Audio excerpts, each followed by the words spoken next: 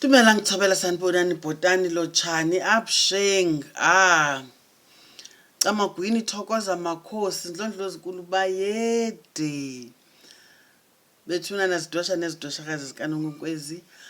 Ndibuyile back again with yet another piece of wisdom. Hlala nami ndihlale nawe ungashenxi ungandishiyi nangomnye umzuzu ndingayintoni na ngaphandle kwakho.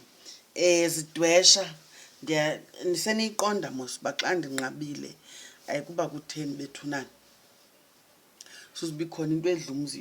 Kukho uMr B sana ojikelezayo kunini ndicamagusha kulo mhlekazi akahambi tu and ke mna ke ndiyamoyika. Yeah guys, mandingachithi ixesha man, because kubhizekile and silungiselela amahambo. But ikhona le nto indiqhubayo into yoba mandinishiye ninento yokwetyisa phambi koba ndiphinde ndixakeke. Siyahamba siya eKomani, siyosebenza eKomani noba sawubuya ngomvulo kanye ngecawa, mna andikho sure. But yeah, ndifuna sithethe mncakasane ngokuthwetyulwa. Umthwetyulwa uthwani umthwetyulwa usetyenzwa athweni. Ndinento ke yogxekwa yoba ingathi ndiya overshare ne. So nam andizazi uba nditheni mvanje ndaseke ndakhatywa lihashe esifubeni. But when it comes to izinto zesiko, I try and not overshare or not go deep into ukusikoza. But ndiyafuna into yoba sivuleke ingqondo, sicacelwe into yoba zikhona indlela zokulungisa. And ndizawuthetha isiXhosa ngoba eli siko ndifuna uthetha ngalo lelesiXhosa, so nokakho nido bandikhumshe, uyeva. Ndifuna sicacelwe into yokuba apha kuthi maXhosa isiko liyinto ekhoyo. Sinayo indlela yokulungisa imimoya ngemimoya, uyeva, singakhange sibe kanti sibolekeza. Andilazi isiko libolekwa mna uve ke ngokufika umzekelo umSwati apha ekhaya okanye umZulu athi uzolungisa umoya womntu wathwetyulwayo ngendlela engaqhelekanga kuthi kwaXhosa.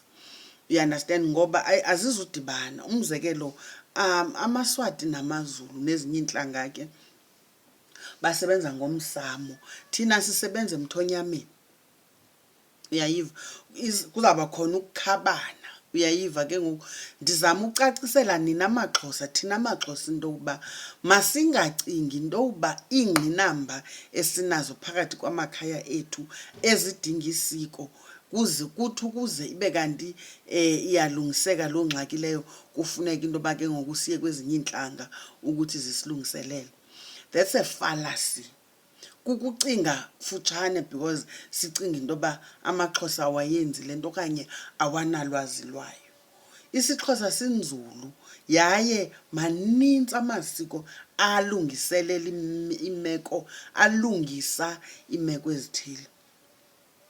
Ndithe sithetha ngomthwetyulwa. Now abanye abantu bacinga bezinye izinto kufuneka zihlale ziyimfihlo, uyayiva. Ndingayazi uba xa iyimfihlo sicinga into yoba umntu ke ngoku ongenalwazi inoba yena kufuneka aphume njani kweyakhe ikona, aphume njani, akhululeke njani kwiingqinamba ezimkhungathileyo xa engenalwazi. Abanye abantu bacinga uba akuthethwa ngomthwetyulwa. Hayi, izinto ezingathethwayo ezo. Umntu uyathwetyulwa bethunani. Ukuthwetyulwa kukuthathwa ngabantu abadala, uthathwe emkhathwini, umkhathwini ogqumayo okanye umkhathi ongagqumiyo. Asizuyifihla ibe ngathi into engenzekiyo, yinto eyenzekayo yaye ayilo hlazo. Kwikhaya ethe yenzeka kulo ixesha elininzi uyawufumanisa into yoba imele iziba ibe lithamsanqa, uyeva. Ngoba xa ethathiwe umntu ngolo hlobo, ukubuya kwakhe ubuya enamandla okuphilisa, enamandla okunyanga, enyangwe ngabantu bakokwabo apho emkhathwini, uyeva athi ebanjwa zizandla zethu thina magqirha ngaphandle babe bemgqibile abantu bakokwabo. Ndicinga uba mna lithamsanqa elo. Andiyiboni le nto ifuna ufihlwa apho, andiyiboni le nto ifuna into yoba masiyihlebe. Ndiyabeva, andiyiboni le nto ifuna uba masiyifihle, uyeva. Ithi loo nto leyo masicacelwe into yoba umntu uyathwetyulwa. Yeke into yoba inqabile kweli xesha siphila kulo, ayisaxhaphakanga, but ayithi loo nto ayenzeki, iyenzeka. Banintsi ke abantu abathathiweyo ngabantu abadala kwixa elingaphambili. Ufumanisa into yoba kwisizukulwana sesizukulwana, uyeva, andithini na kookhokho bookhokho, ufumanisa into yoba ootatomkhulu bakhula kusithiwa hayi laa ndlu yayiyekabani wathwetyulwa emlanjeni, okanye intombi yaphaa wathi eyodlala edamini watshona edamini akabuya, yeva. Omnye athwetyulwe apha edamini apha ayophuma olwandle engqushwa. Ndenza umzekelo, zizinto ezenzekayo ezo.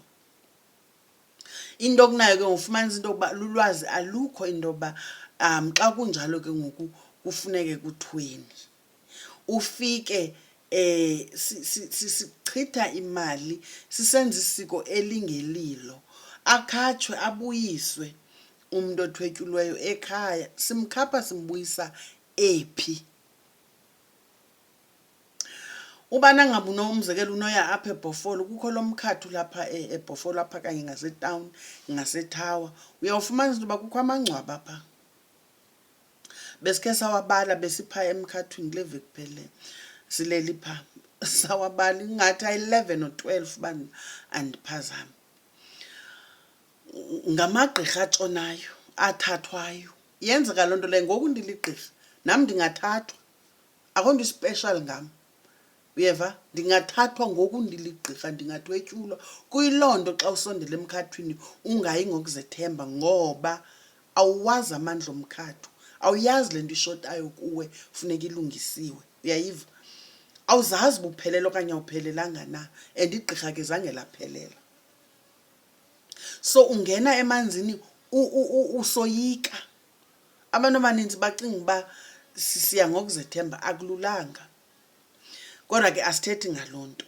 Ndifuna ukunishwankathela, uyeva, like ndifuna ni-understande, niqonde into yokuba likhona isiko lokulungisa, lokuguqula umntu owathwetyulwa emkhathweni.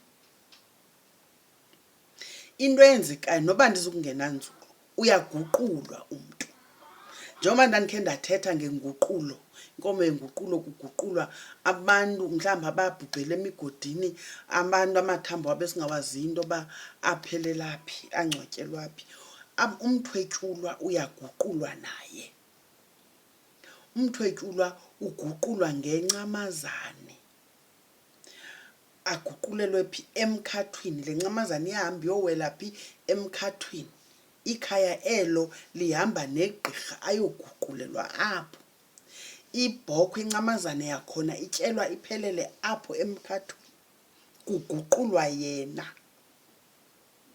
Ze ke ngoku kubekho intlwayelelo eyenzekayo ngoba kucengwa abantu bomkhatho, uyabolekwa into yoba kugodukwe naye.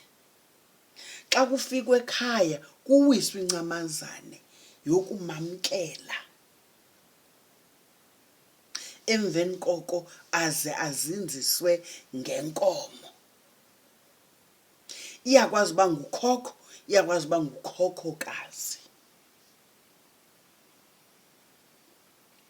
Khona impazamo esiyenzayo singamagqirha, singohluli into yoba ukhokhokazi lo usetyenzwayo ingaba ncakasane yayingumthwetyulwa okanye yayiligqirha elaliphila.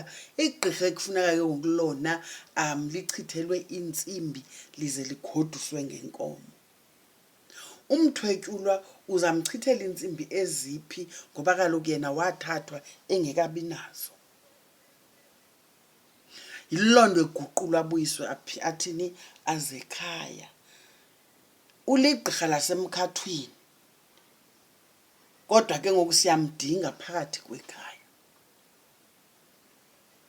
ndifuna nje bendifuna uyiveza le ndawana ukuthi masiyazi into yoba into ekhoyo but niyi-understand into yoba andifuni ungena nzulu ngoba kaloku sinale ngxaki apha kwi-social media yoba sifunda ubugqirha ngabanye apha kwi-social media aze athi umuntu uyayazi le nto uba ilungiswa njani uyeva afike amoshe emzini ngenxa yento yoba sibhentsise yonke into umuntu amamele ividiyo ahamba athi hayi mna ndiyayikwazi uyeva makakhaye angayazi ke into yoba laa bhokho ifika ithweni pha because ineentsiko zayo kwaleyo kwamkelwa ineentsiko zayo make simbone into yoba xa ezawukopa apha kuNonkwenkwezi uzawukopa aphelele phi ngoba ayiphelelanga le nto ndiyithethayo into okunayo ndifuna uvula amehlo into yoba yazi into yoba likhona isiko elinjena ungakhange ube kanti uzawulungiselelwa ngutata waseSwazini okanye waseLimpopo ube wena ungudla ngamandla okanye ungumkhwemte okanye ungunkabane uyayiva okanye ungutshawe uyayiva bethunani maniphelele kuloo ndawo camagwini saphinda sibonane kwelizi hayi ngintoni ngathi ndizawufa next one kwividiyo elandelayo phantse ndathi kwelizayo camagwini bethunani continue liking sharing and subscribing khani subscribe yini kwabanye benu ababukela nje for mahala hayi bo subscribe it helps kaloku it helps me win kwi-algorithm yakwa-YouTube. Please don't skip the ads, they pay the bills. That's it for now, see you on the next one. Bye.